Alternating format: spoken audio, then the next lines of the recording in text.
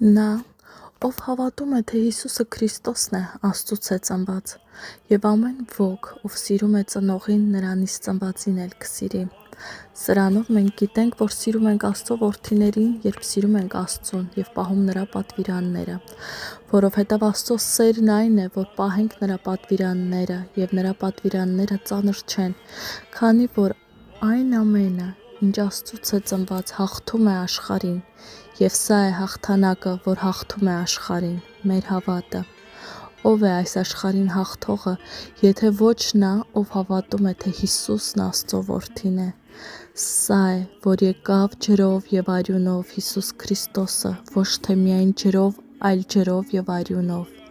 Եվ Հոգին է, որ վկայում է, որովհետև Հոգին ճշմարտություն է,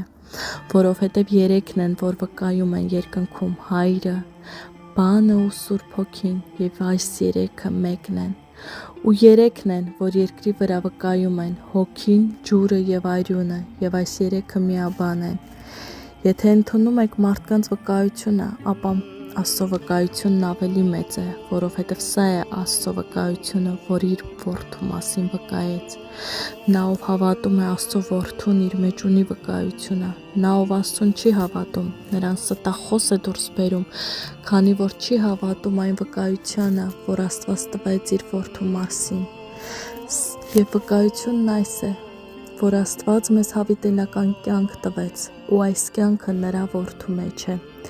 Ով որ որդուն ունի, կյանք ունի իր մեջ, իսկ ով Աստծո որդուն չունի, կյանք չունի իր մեջ։